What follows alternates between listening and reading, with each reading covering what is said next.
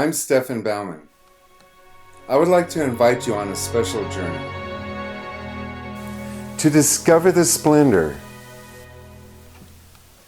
encounter the grandeur,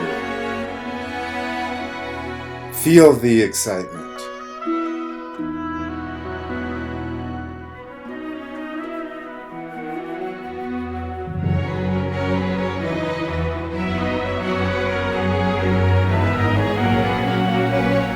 Come along with me as we experience the thrill of painting outdoors.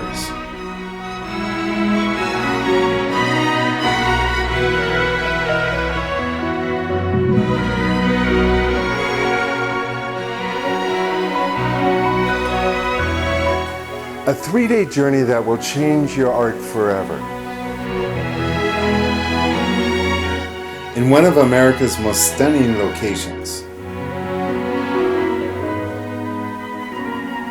Mount Shasta.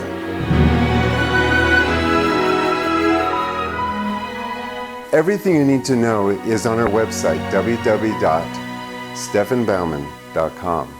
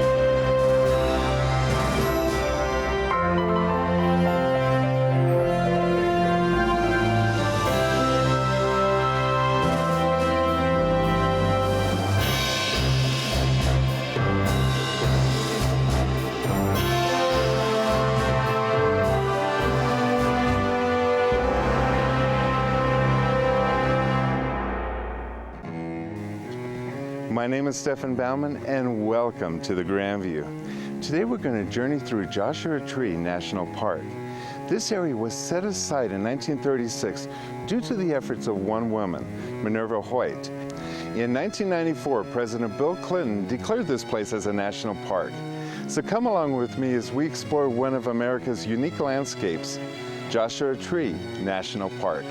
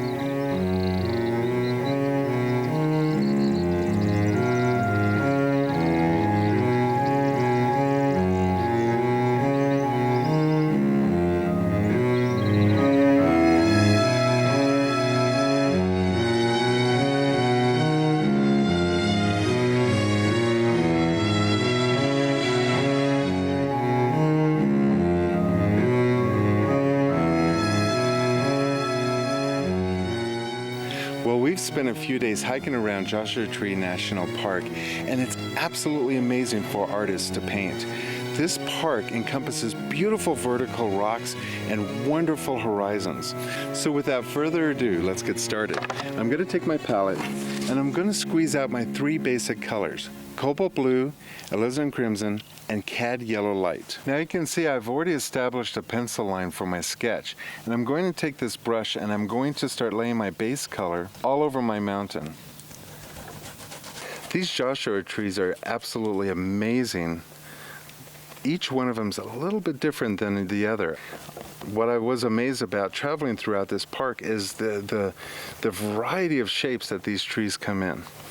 I find that when you're traveling around and you're making sketches, it's good to look at things in abstract form. And these trees absolutely encompass every abstract form you could possibly imagine. This granite has a wonderful, rich, reddish hue to it. And I want to lay that in first. And what this will be is the shadow tone of these rocks. Then we'll put in the highlight tone. Now with the base color of my mountains in, we're ready to start working on our sky. We're going to take a palette knife and with white, mix these three colors. And we're going to squint our eyes, and what we want to do is we want to compare the sky color to the base color of our rocks. I'm going to lay it right up against my rock, and I want to see if the contrast between my dark color and my light color are vivid enough. And in this particular instance, I want to add a little bit more white. It's amazing, we're just 90 miles east of Los Angeles, and in the Channel Islands episode we were at 90 miles west of Los Angeles. And in between these beautiful quiet parks is one of the most densely populated area in America.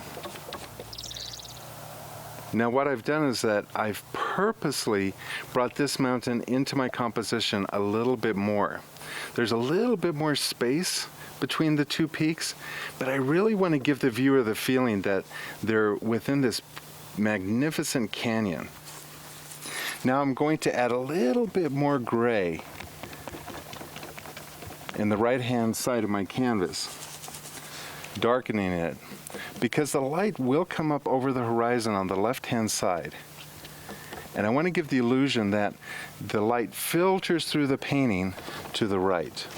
Okay, now with my sky done, we're ready to start actually creating a dark mass for these Joshua trees.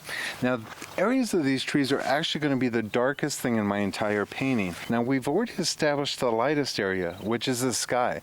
But what we want to do is we want to create a dark mass, or something on our painting that we can actually compare all the other values to. I'm going to take blue, red and yellow, and I'm going to create a dark gray and neutral. This black that we're using actually complements the rest of the composition. Now, a lot of artists do introduce black onto their palette, but I don't like to use black. I like to make my own black, and the reason for this is that the black that you get out of a tube doesn't harmonize with the rest of the painting. And by making your own black out of the same colors that you're working with on the rest of the painting, you actually create a better sense of harmony.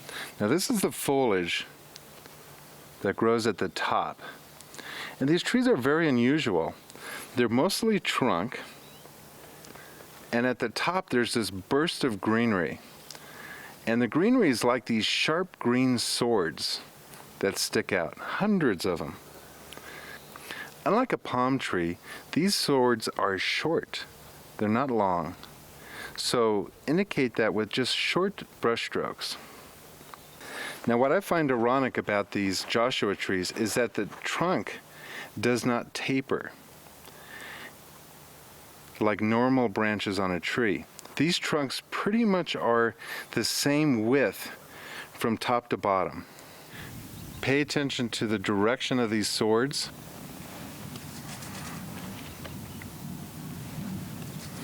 Notice how the brush flicks out into each direction. Now, one thing I like to do is I like to make my darks transparent. So I'm going to take a paper towel and I'm going to very lightly wipe off a little bit of this dark color. Now, what I'm doing is I'm staining the canvas, and this gives a little bit of glow in my shadows so that my darks don't appear flat. I do like to lay in my darks fairly on because, like I said, I do like my darks to be transparent. And if I get an opportunity to lay my dark on a dry canvas, I can wipe a little bit off and I can get a nice sense of depth in my darks. Now with this done, what we're going to do is we're going to switch to a larger brush and concentrate on the rocks in the foreground. We're going to mix up a bright yellowish gray tone. This time we're going to introduce a lot more yellow into our base color. Mixing yellow with our white. Introduce a little bit of the gray color and red. And the same quality of color that we find in the rocks, we also find a little bit in the sand. So I'm going to take this opportunity to lay in some of the base color of my sand. Now notice how quickly this whole painting's coming together. We almost have the base down over our entire canvas. Now at the base of my rocks, and we're ready to start putting in some of the soft grass that we have at the base of our sagebrush. I'm going to mix yellow and blue together, and I'm going to introduce some white to create a wonderful light green tone.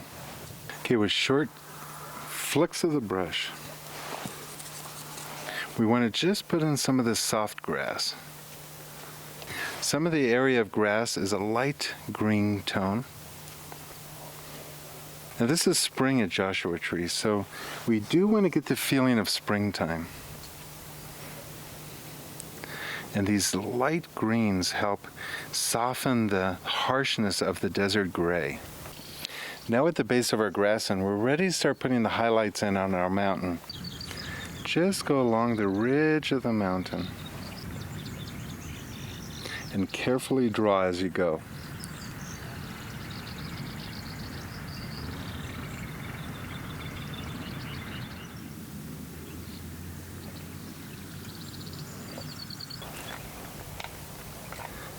You will find out that it's the highlights in the painting that keep on changing. Some of the highlights will be a little brighter than others, so add a little bit more white. Now you could twist the brush and get the paint off of it. And you're going to do the same thing to the rocks in the foreground.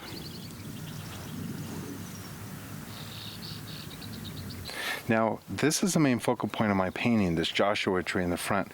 So I'm going to bring a real strong diagonal light into my rocks to help really make this the main focal point of my painting. Now with most of the detail done in our painting, what we want to do is start laying in some of the base for our grasses. Using a fan brush, very lightly pull up. Create real soft grasses. Keep on blending with the fan brush till all the edges are just soft. Now with the grass done, we're ready to start putting in some of the detail in our sagebrush. Now we're just going to put the highlight on the sage. The dark, we're going to leave that base color. We can also create the illusion of little branches on our sagebrush by using the back of the brush and just scratching into our canvas. Very quick way of getting the illusion of some of these twigs. Put a little highlight on top to help break it up. Now with that done, we're ready to start focusing in our Joshua tree. I'm going to switch to a smaller brush, and we're going to start concentrating on the little details. Now remember, the reason why we're painting outdoors is so we pay attention and learn about nature. So take your time, pay attention, and try to recreate exactly what you see. Now some of these come directly at you. And when you look at them abstractly, they're very short. They're just foreshortened. That's the perspective of these. Part of my observation with these trees is that the trunk isn't your typical bark on a tree. It has a feeling of shingles or like hair. And as you get closer to the base, the spines have shed, and the trunk of this Joshua tree looks like an ordinary trunk of any tree. And I also witness a very bright highlight along the edge, backlighting the Joshua tree ever so slightly. Now with the detail done on this Joshua tree, we can begin to apply all these techniques to the other Joshua tree.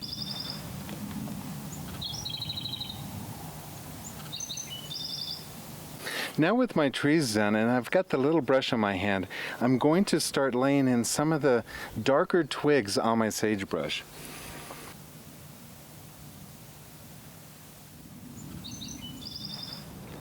Now with that done, we want to actually start putting in some of these little cactuses that we find in our foreground of our painting. And what makes these little cactus are the little thorns at the end. There's a lot of little tiny cactus all throughout this area, and you could take some time wandering around see what kind of cactus there are and add them into your painting. I'm probably going to go and put more detail in a pencil sketch, and then in my studio recreate them a little bit more accurately. Of course, one of the most interesting things about the Joshua tree at this time of the year is this wonderful blossom that it produces at the very top of the tree. Now this is made up of a cluster of little flowers. And there's a bright little highlight on the very edge.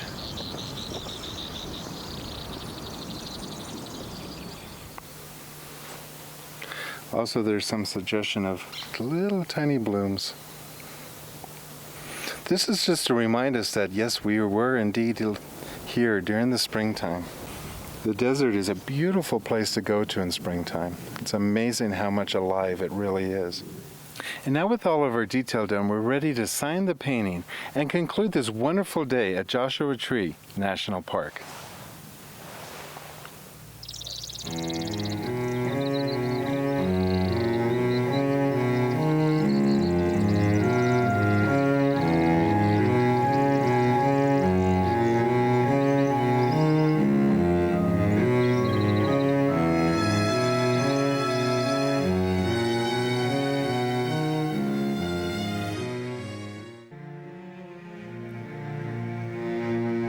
Join us on our website, thegrandview.org, and get more information about our show.